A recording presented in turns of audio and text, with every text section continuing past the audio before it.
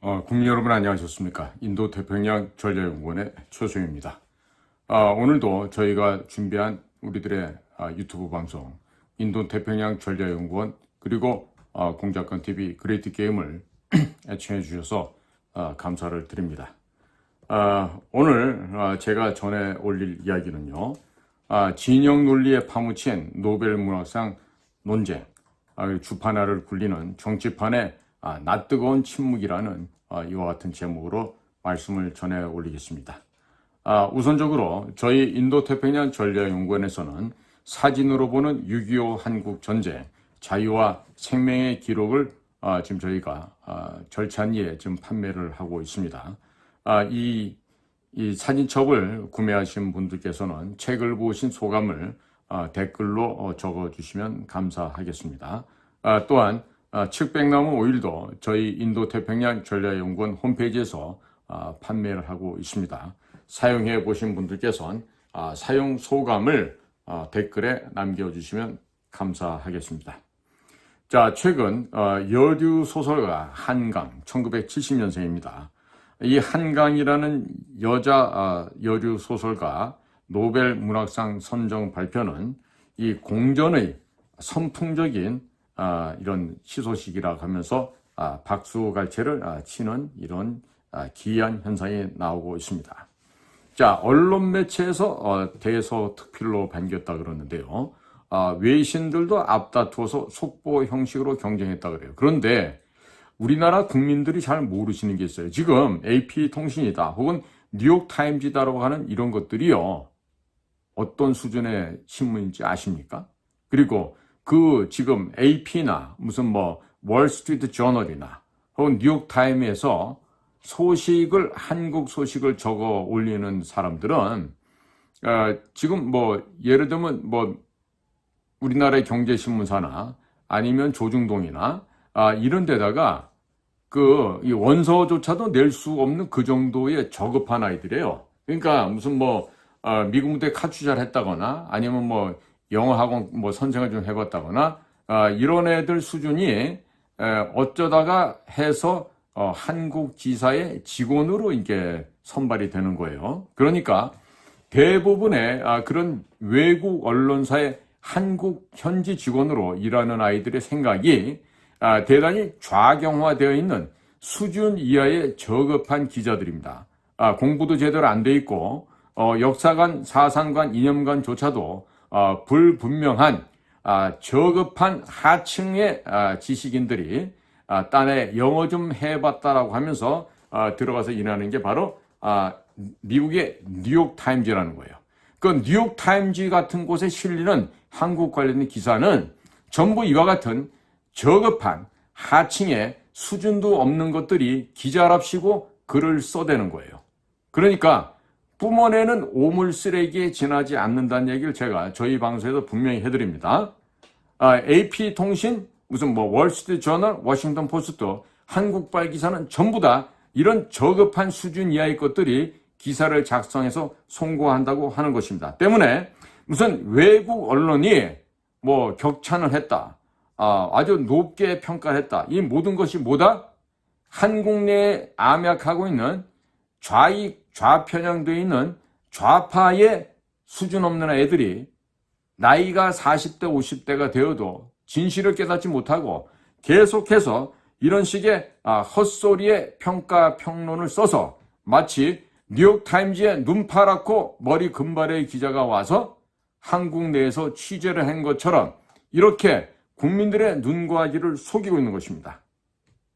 국민 여러분들은요, 꼭 외국 신문이라고 떠들 때 바로 그 기사를 직접 검색해 보십시오. 과연 이게 무슨 뭐 크리스토퍼라든지 뭐 제임스라든지 데이빗이라든지 뭐 조슈아라든지 미국식의 이름을 갖고 있는 기자가 작성한 것인지 아니면 남조선 인민들 가운데 북조선을 지 조국으로 생각하고 있는 썩어 빠진 두뇌를 갖고 있는 이런 저질스러운 기자라고 떠드는 애들의 입에서 나온 얘기인지 분명하게 구분을 하셔야 된다는 얘기입니다. 아시겠습니까?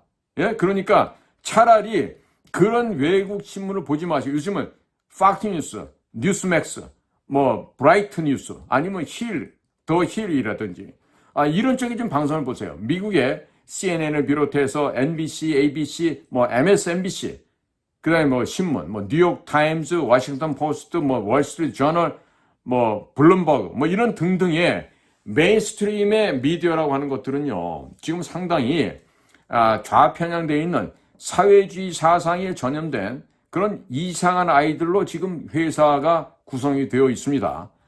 구분해서 보시려면요, 뉴욕 타임을 보지 말고 뉴욕 포스트를 읽으십시오.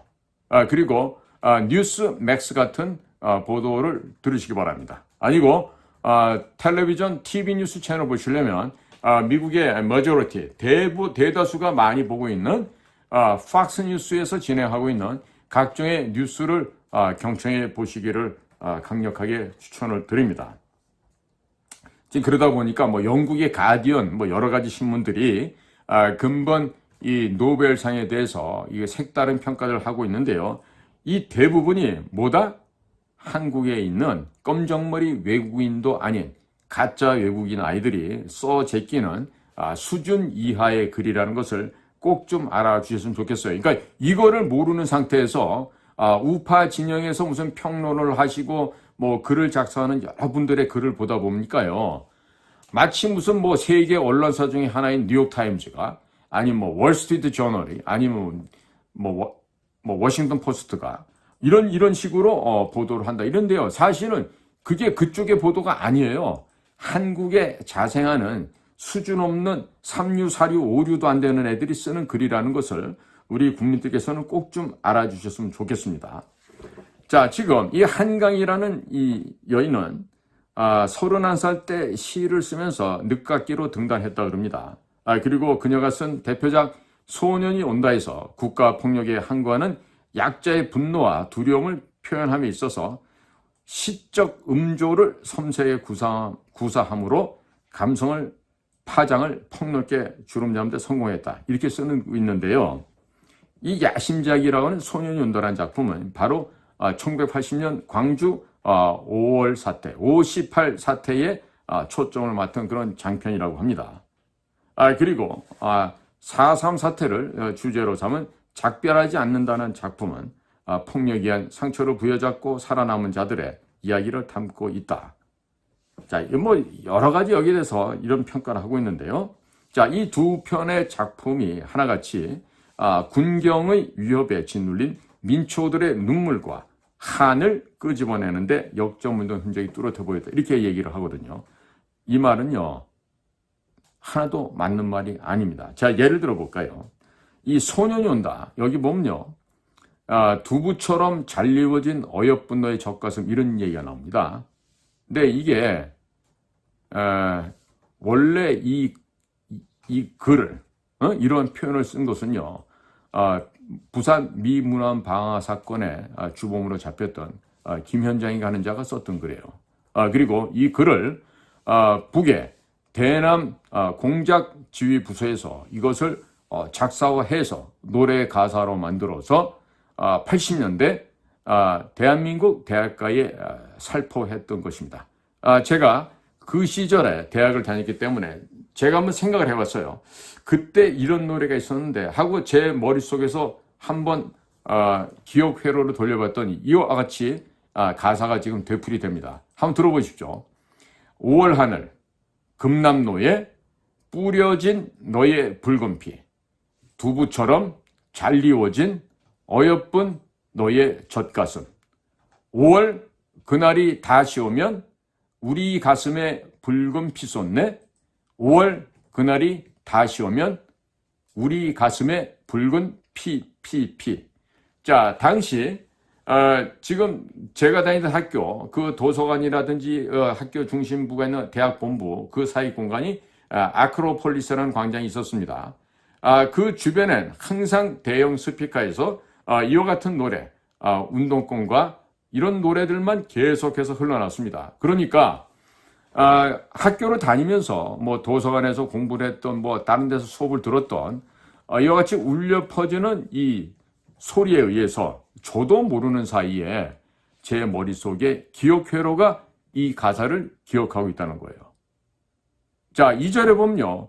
왜 쏘았니? 왜 찔렀니? 트럭에 싣고 어딜 갔니? 뭐 망월동에 뭐 어쩌고저쩌고 하면서 이런 가사가 좀 다 완벽하지 않은 생각이 나거든요. 자, 이건 뭐냐면 집안에서 소설가라고 하는 이 한강이 지 아버지한테 보고 들은 얘기를 가지고 현장에 가보지도 않았으면서 이런 식으로 역사를 왜곡해서 소설로 작품화했다는 것이고, 당시 우리나라 사정을 모르는 번역가가 이것을 또 근사하게 번역을 하고 해서 잘못된 판단을 하게끔 그 판단 근거 자료를 스웨덴의 그 노벨 수상하고 또 노르웨이에 있는 그 왕립 학술원 이런 데다가 의도를 가지고 잘못된 내용을 보내버렸다는 얘기예요. 자, 이것 때문에 지금 1980년 5월 58 그 사태나 이미 제주도에 있었던 4.3 공산 폭동 사건들 이런 것들이요 지금 대단히 잘못 왜곡되어 있습니다. 자, 그렇다면 이것을 바로 잡아야 되는 데가 어딥니까? 대통령부터 정신 차리고 관련된 문체부, 교육부, 국정원 뭐 이런 데다가 얘기를 해야 될 거 아니에요. 그런데 대통령부터가 광주 정신을 헌법 전문에 넣겠다는 소리를 하니까 이번에는 한동훈이까지 나서서 이 철없는 자식이 광주에 내려가서 광주 정신을 담고 만약에 시간이 지나면 지가 그 말을 번복하면 오늘 했던 얘기를 되짚어달라고 이렇게 아주 오만방자한 이야기들을 갖다가 한동훈이 같은 애들도 하고 있어요. 자, 그렇다면 이 나라가 어떻게 만들어진지 이 현대사를 전혀 이해하지 못하는 자들이 지금 정치권에 등장을 해서 광주 58 이 정신을 지금 헌법 전문에다 넣겠다는 이런 해괴망측한 망언 그건을 갖다 서슴지 않고 있습니다. 자, 국민 여러분, 여러분들의 머릿속에서 또 전 세계의 이 인류가 이 잘못된 정보가 입력된 상태로 이 한강의 소설에 의거하여 인류가 사상이 사유체계가 망실되고 오염이 된다 그러면 그건 누구 책임이라고 하겠습니까? 누구 책임이라고 해야 되겠어요? 이걸 바로잡아야 될 거 아니겠습니까? 그렇다면 대한민국 정부가 적극적으로 나서야 되겠죠. 안 그렇습니까? 정신머리를 못 차리고요. 이런 한강이 노벨상 받은 것이 지구 전 지역에 넘실거리는 한류의 음령과 함께 일조했다는 이런 주장도 나오는데 이런 개소리, 헛소리, 망언을 함부로 우리가 말에 언급해서도 안 될 얘기입니다. 자, 국민 여러분, 지금 이번에요 노벨 경제학상을 수상한 3명의 공동수상을 했는데 미국 시카고 대학에 제임스 로빈슨이라고 하는 박사가 있어요. 자, 이 사람이 한국 언론과 인터뷰를 했는데 최빈국에 머물렀던 대한민국이 경의적 고도 성장의 원동력이 바로 박정희 대통령의 폭발적인 리더십이라고 지적을 했다 그럽니다. 그러면서 산업 근대화, 수출 주도 성장 정책이 대단히 좋은 정책이었다 이렇게 평가를 했는데요. 이 사람이 간과한 게 있어요. 독재 권력하에서 이 모든 것이 이루어졌다고 이 사람도 헛소리 해나는 거예요. 자, 지금 대한민국이 독재 국가입니까? 독재 국가라서 그렇게 반정부 운동을 하고 북괴의 김일성이 김정일이가 내려보내는 간첩들과 합치되어서 국가를 변란할 내란 음모를 꾸미기도 하고 그런 반역적인 행위를 했던 것이 과연 박정희의 독재 때문에 그렇습니까? 오늘날같이 자유가 넘쳐 흐르고 물질적으로도 풍요한 사회를 이루고는 현재 대한민국 사회에서도 아직도 북의 주체 사상을 신봉하고 평양을, 북조선을 내 마음의 영혼의 안식처이고 고향이라고 생각하는 이런 멍청한 썩어빠진 불어터진 우동사리를 담고 있는 자들이 이 나라에 얼마나 아직도 많이 남아있습니까? 자, 국민 여러분, 이와 같은 한강이 수상한 노벨상의 이런 가치는요 지금 땅바닥에 떨어졌어요. 과거 김대중이란 자가 거짓말로 국정원에 대외 협력관실이라는 걸 만들어서 당시 동교동에 그 밥풀떼기 심부름하던 김한정이라는 아이를 보내서 그 노벨상 수상 공작을 지휘를 했었죠. 그래서 결국 거짓말에 의해서 김대중이가 당시 김정일과 함께 6.15 뭐 공동선언을 했다 어쨌다 하면서 한반도의 평화 정착을 기여한 공로로 말미암아 노벨 평화상을 수상했는데요. 그때부터 이 노벨상은요 개쓰레기상이 되었습니다. 자, 그러니까 지금 철딱서니 없이 무슨 축하합니다 뭐 온갖 데다가 플래카드 현수막을 걸기도 하고 이러고 있는데요. 우리 국민 여러분께서는요 좀 냉정하게 이성을 찾아가시기를 간곡하게 부탁을 드립니다. 자, 지금 전라도 태생인 시인이 한 분 있어요. 바로 정재학 시인입니다. 내일이면 7학년이 되는 분인데 이 정재학 시인께서는 지난 10월 17일 장문의 글을 발표를 했어요. 자, 거기서 이 정재학 시인이 어떻게 얘기를 하냐면요. 한강의 문학은 독이다.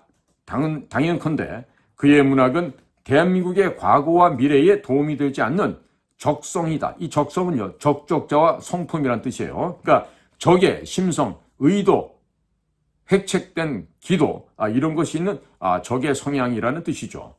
자, 그래서 어쩌면 청소년의 영혼을 비릿한 정액 냄새로 타락시키는 폐륜 문학일 수 있다라고 후려쳤습니다.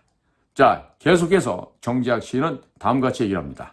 1970년생인 한강이 10살이었을 때 5.18, 58이 있었다. 나는 당시 광주에서 대학교 3학년을 다니고 있었고 필자가 겪은 국군은 총을 쏘면서 대모를 진압하지 않았다. 그들에겐 총탄이 지급되지 않았고 총탄 없는 총에 의해 시민이 죽었다는 표현은 절대 용서할 수 없다. 국군은 악마가 아니다라고 강하게 비판을 했습니다.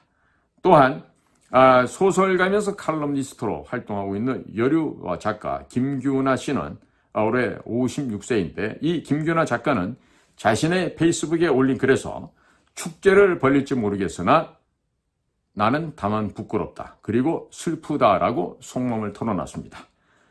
김규나 작가는 노벨상같이 추락, 문학 위선의 증명, 그리고 역사 왜곡의 정당화라는 집약적인 언어를 동원하는데 털끝만큼도 주저하는 기색이 없었다. 한강의 편협한 현대사관을 신랄하게 비판한 김규나 작가의 글에는 엄청난 찬반의 댓글이 달라붙기도 했습니다. 자, 그리고 국회의원을 지냈다고 하는 여자가 하나 있죠. 전용욱인데 이 전용욱 전 의원이 자신이 하는 전용욱 TV에 출연해서 한강 문학의 정체성을 규명하는 소감을 밝혔다 그래요. 그러면서 여기서 전용욱 씨도 좌익 사상의 뿌리를 박은 한강 문학은 6.25를 강대국의 대리전으로 읽고 있고 북한의 남침을 이승만의 북침으로 몰아세우는데 동조하고 있다고 성토를 했습니다. 자, 그리고 한강이 박근혜 대통령을 탄핵한 촛불 집회에 열성적으로 참여했다고 밝힌 전용욱 전 의원은 폭력을 저주하는 한강이 북한 세습 정권의 포악한 폭력에 대해서는 침묵하고 있다. 그리고 한강의 세계관은 좌편향의 집착성에서 벗어나지 못하고 있다고 쏘아붙였습니다. 자, 전용욱 씨가 다 잘했는데 여기서 이 전용욱 씨가 실수를 하고 있어요. 한강의 뉴욕타임즈의 기관 길들을 하나하나 짚어서 목청을 높였다 그랬는데요. 이 바로 뉴욕타임즈가 거짓된 왜곡된 사실을 사실인 양, 진실인 양 변주해서 보도하고 있는 바로 신문입니다. 자, 그렇기 때문에 전용욱 전 의원이 말한 것처럼 한강의 세계관은 완벽하게 삐뚤어져 있다라고 얘기할 수는 있겠지만 그 근거의 바탕 기준을 뉴욕타임즈와 같은 그런 잘못된 언론을 기준으로 삼아서는 안 된다. 이런 말씀을 제가 다시 한번 드립니다. 현재 인터넷과 유튜브 공간을 사로잡은 이 한강에 대해서 논쟁이 시끄럽습니다. 사나운 불꽃처럼 피어오르는 시시빌비를 죄다 옮기고 필서를 다할 수가 없겠죠. 지금 시간도 부족하고 지면 역시 부족하다고 하겠습니다.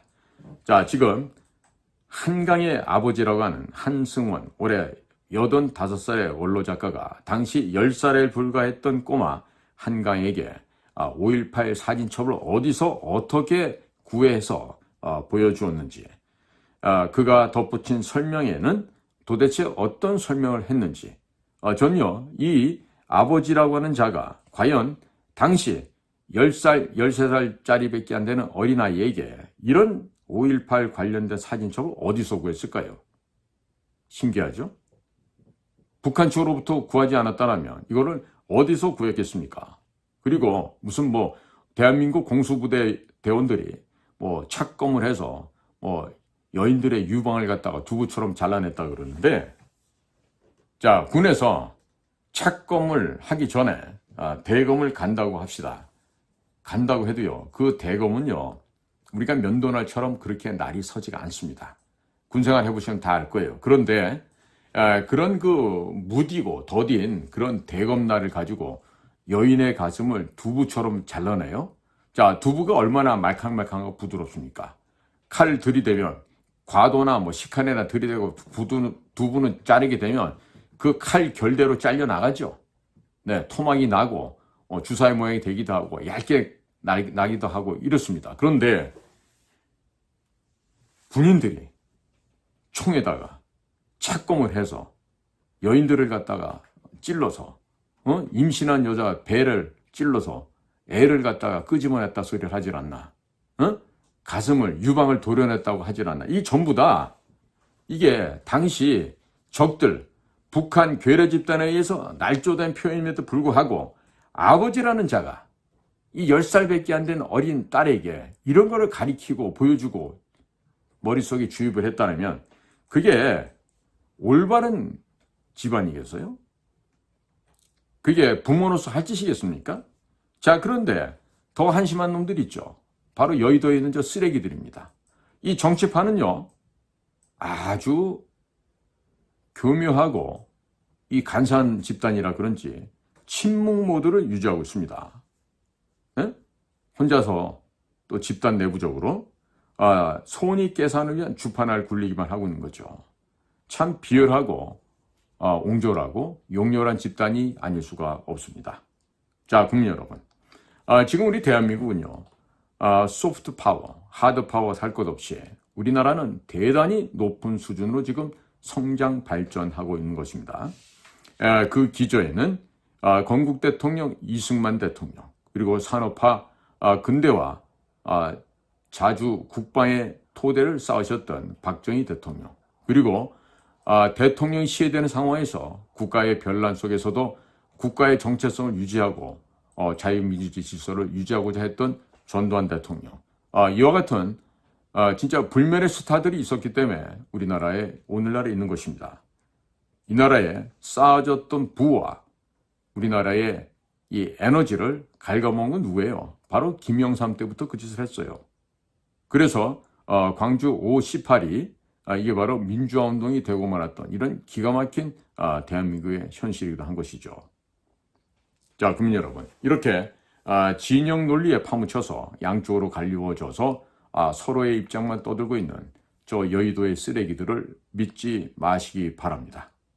꼭 국민 여러분께서 올바른 판단의 기준과 변별력 그리고 판단력을 가지시고 여러분들의 앞날을 각자 도생하는데 조금이라도 현명하게 활용을 하시면 어떨까, 이런 건의를 드려보게 됩니다.